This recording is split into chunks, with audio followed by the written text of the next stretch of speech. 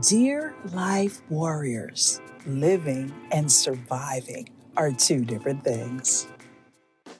You were the vice president of HR for us, right? Big title, big weight, big responsibility. But what I always remember about you is you were our number one cheerleader. I don't think people really understood like how difficult my job was. I know how it was. As an HR, and then trying to be that liaison between management and employees, and the reality is all I really cared about was that. And that's why I tried to turn my organizations into a coaching organization. That's always been my big thing. I'm like, we need to be coaches to our employees and not just be so quick to dismiss.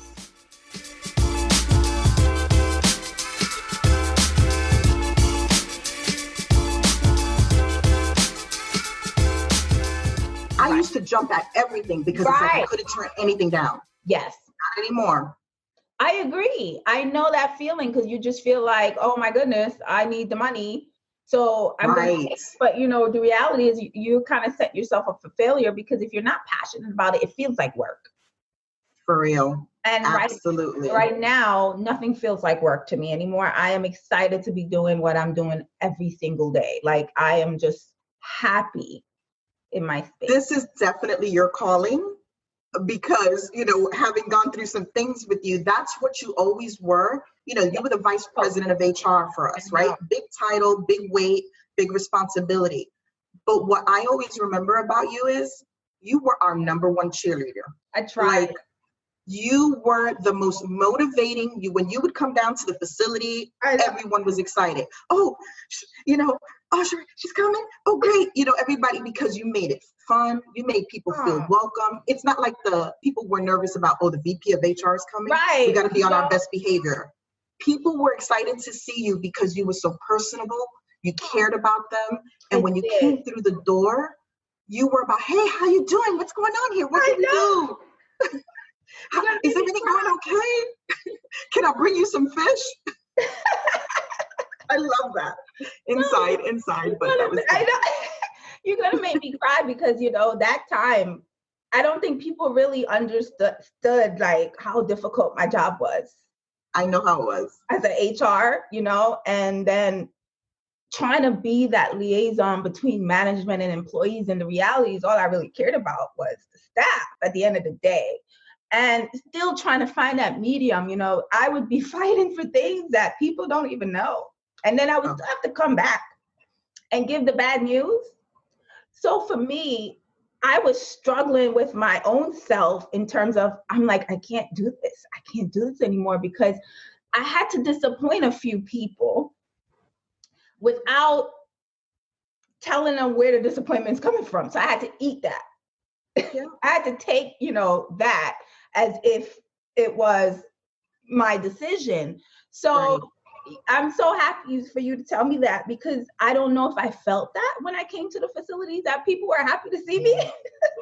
So that's why it brought tears to my eyes to just get that confirmation because I worry about, people all the time. I want to make sure I'm making the best decisions for them.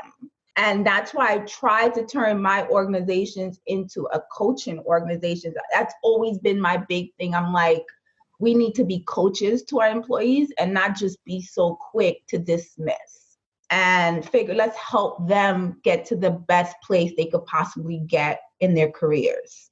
So that's why I think this fits you so well. And Char, you definitely were that for people. And I think that skill set that you had, it doesn't fit in a corporate environment because of that. You have to make decisions that sometimes aren't yours. As the ED, I was in the same boat. And, people, it was painful, to have to say some things to folks and make decisions and I was the enemy, but people didn't know it came from above me. Right. And because we have to, we're in, this leadership position, we can't say, it's really not me. Me, exactly. As much as we want to. As much as we want to protect ourselves, this is where the professionalism that we have comes in, but what we do and what I honor about what I know I did with the people, whether they know it or not, I held a lot of space for people, right? These are the behind the scenes things that we do.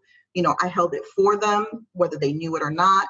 And then whenever I was with them, I really tried to have grace for them in whatever role they were in and whatever delivery I had to do. And I think that's the uniqueness, probably born out of a lot of our own personal experiences, that the benefit that the corporate world had of us in those spaces for the people. And I'm a people person. It's why I became a social worker to begin with, and I transitioned my career.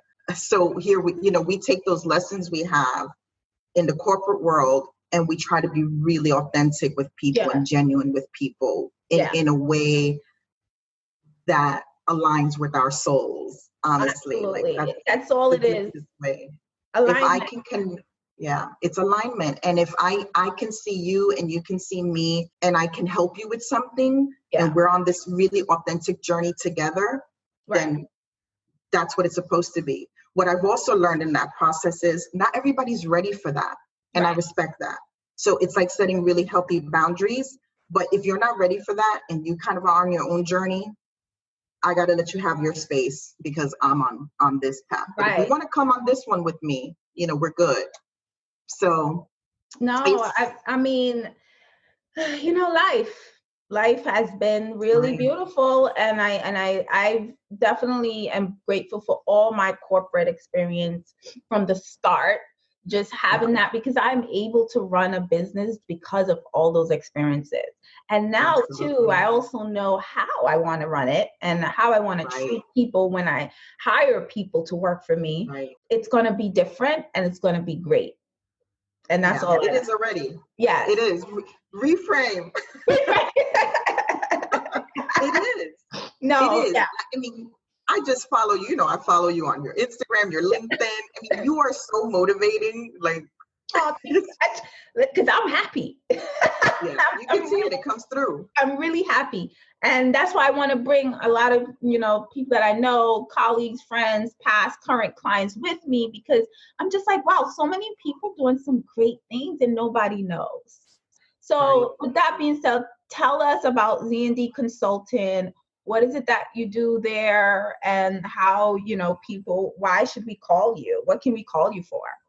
Sure. I became so intentional. There was a time after working in behavioral health for 13 years, right? I've been working this is my 14th year. I used to work in corporate marketing, like true corporate marketing, not behavioral health care. And 9/11 was my aha moment, that after 9/11 and how I watched the corporation treat its personnel who I didn't have the language for yet, but were suffering from PTSD because we were in New York City and we collectively went through this massive trauma. Lots of people were suffering and our corporate was horrible at the way they handled it. Yeah. So that was kind of like the first time that I was like, this is not the work I want to be doing. So I started looking at going back to school. I didn't have my degrees yet. I was really lucky. I was blessed. I worked for a company for 15 years, worked my way up to management, but it wasn't work. I just got lucky and I worked hard. Not true. I worked hard. So I earned that spot, but it wasn't the work that filled my soul. So I decided to go back to school and become a social worker. I always knew I didn't want to do direct practice work. I wanted to work on a more macro administrative level. Mm-hmm. So it worked out for me along the ways that I was able to do that very quickly in my career. I worked in marketing and business development roles. But what I loved about behavioral health care, and I didn't know it at the time, it really matched my whole life journey. So, I grew up in the inner city. I'm from the Bronx, New York. I have an uncle that died of a heroin overdose. I have another one that, also died after years and years of being on methadone. And I didn't even know that, as I went into this work, it came out as you do your clinical supervision. And over the years, I've really developed this passion for mental health and behavioral health, and especially working in the places I have, and realizing this touches everyone. Right? Mental health. And now we know this. The pandemic hit and everybody now really knows mental health and mental wellness, how critical it is. There's always been a stigma. The good, positive thing about the pandemic is people realize the importance of good mental health and wellness care.